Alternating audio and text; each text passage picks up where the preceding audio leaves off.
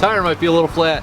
Alright YouTube, so pretty much the only problem we had is this thing came with some really nice pins. I know I kept them, I think they're in the shop, don't know exactly where they are though. So I just took some bolts and stuck some washers on the end. And today these are going to be our pins. I know this seems like a lot of work, but hopefully now we can just leave the sides up here indefinitely. And we'll be set. It's a little frustrating when I look around and I realize that out of all the stuff in this yard right now, only one truck and this green trailer are actually road ready and ready to go. Dump truck is obviously, that was always meant to be an ongoing project. I mean, I bought the thing for $2 grand, what do you want? So there's that, and then I guess the pickup bed trailers are ready to roll, but they're not 100% street legal yet. That bolt's a little long. One of them's pretty much there. Then my goats got tangled up in the wires and pulled them out, so I gotta fix that. Still beats mowing my lawn though. All right, look at that. Now we have a front, we have 3 sides.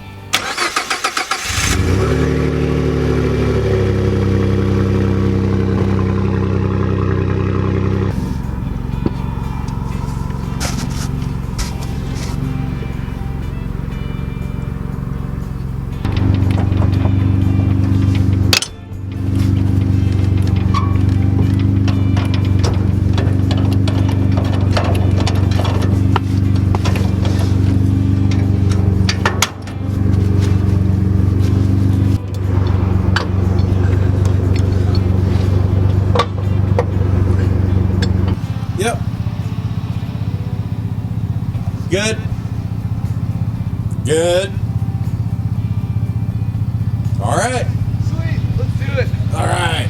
All right, YouTube, so we're on the road. We're getting really close to a local lumber yard, which I've actually never been to.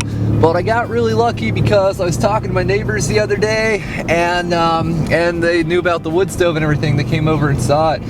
And they're like, you know, you should just consider going up to this lumber yard here because evidently they give out like all the drops and stuff left over from the trusses they make or something along those lines.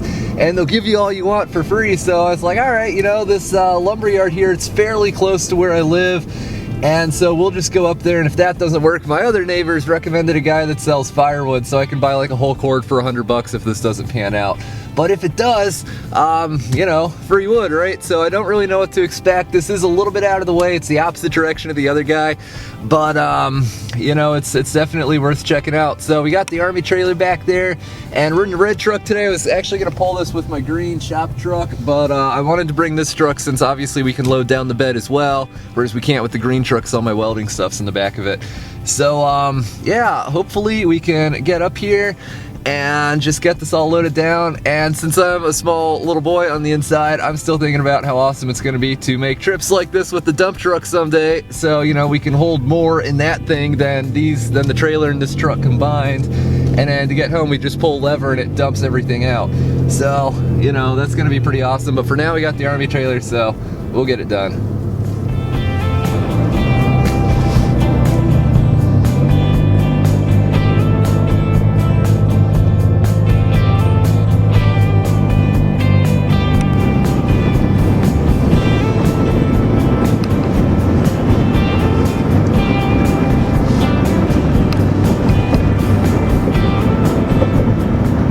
I'm so bad at parallel parking, YouTube. Going. Alright everybody, so we got a full load of wood back there on that trailer. The lumber dudes were completely based and they let us raid 2 or 3 dumpsters. And we got a ton of wood back there. I don't know this trailer well enough to be able to look at how low it's sitting over its axle and be like, you know, this one has like 1,000 pounds of wood in it or whatever. I can do that with the pickup bed trailers, but not with this one. And but with that being said, the truck feels it back there. It's loaded up past the top of the sides on that trailer, and it's going towards the second sides we put on yesterday. And so we got that. It's pulling really nice though. I'm not going too fast with this for obvious reasons. And but yeah, it's staying right there behind the truck. Trailer's handling it no problems. And that's a fair amount of wood. It's in smaller sections. These are drops from like they have a machine that makes fence posts and stuff like that, or cuts things down into fence posts. And so it's off of that stuff for the most part. So I think the longest drops back there are about this long or so, but there's some smaller ones. A little bit of sawdust as well. And yeah, it was really awesome of them to hook us up with that.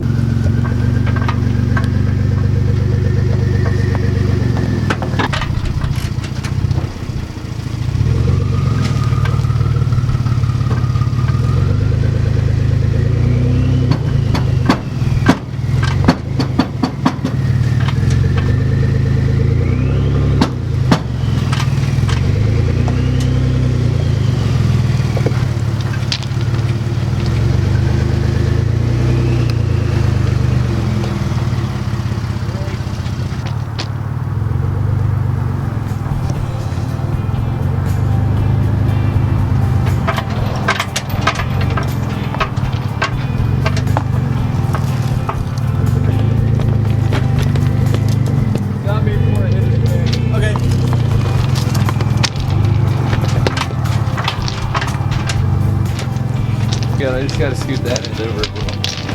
Oh, sweet, we made it.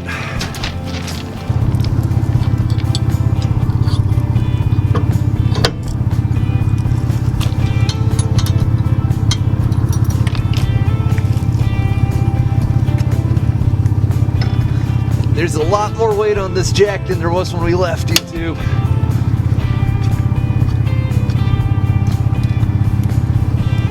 Alright, so this right here, YouTube, is what we got. The majority of this stuff is 2x4 drops. There's some 2x6 drops in here, some 2x8 drops, I think, and some random hardwood that's in the bottom of the trailer as well that we picked up first. So yeah, I'm pretty thrilled with this. You know, it's in smaller pieces, but it was free, so I'm incredibly grateful to have this. I think it's awesome, and yeah, no complaints whatsoever. So yeah, we got this trailer parked out here.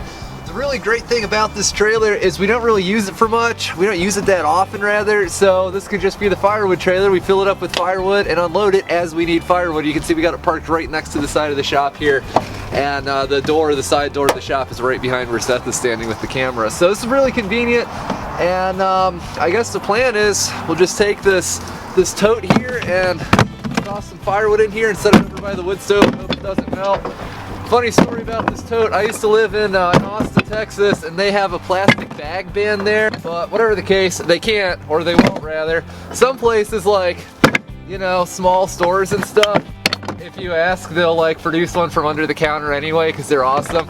But generally speaking, you can't have the thing. So what I figured out to do is I bought this tote because it's kind of hard to move a bunch of groceries around if you can't put them in plastic bags.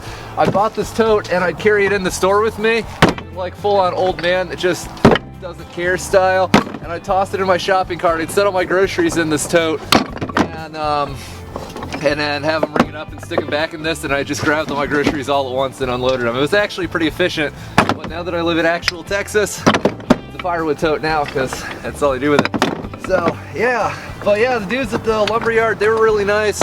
I guess it's in a way sort of helping them too, because this way their dumpster doesn't get filled up. I don't know what happens to this stuff. If I had to guess, I'd say they take it and they smash it down and turn it into particle board or something. There's like whole dumpsters full of sawdust there and other things, but you know, they don't have to get rid of this. It's really nice of them too.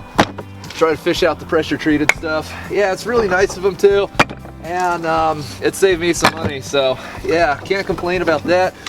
The real question is, how long is this gonna last? And I don't actually have an answer to that because, like I said, first wood, we'll have to make it a point not to leave that too close to the stove. Some fine ash in there. All right, so now I have some secure documents here that I've clintoned. We'll be using these as kindling. Grab a couple handfuls of that.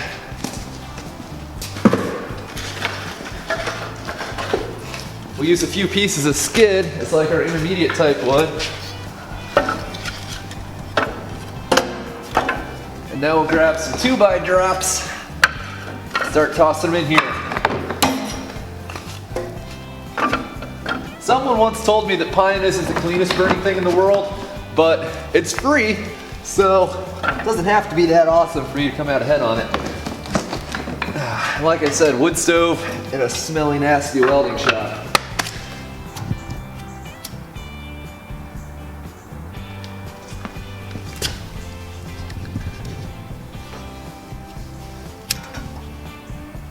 That's cooking now. Bellowing action! Oh, that's making it pick up actually. It's picked up quite a bit. Oh, this is awesome.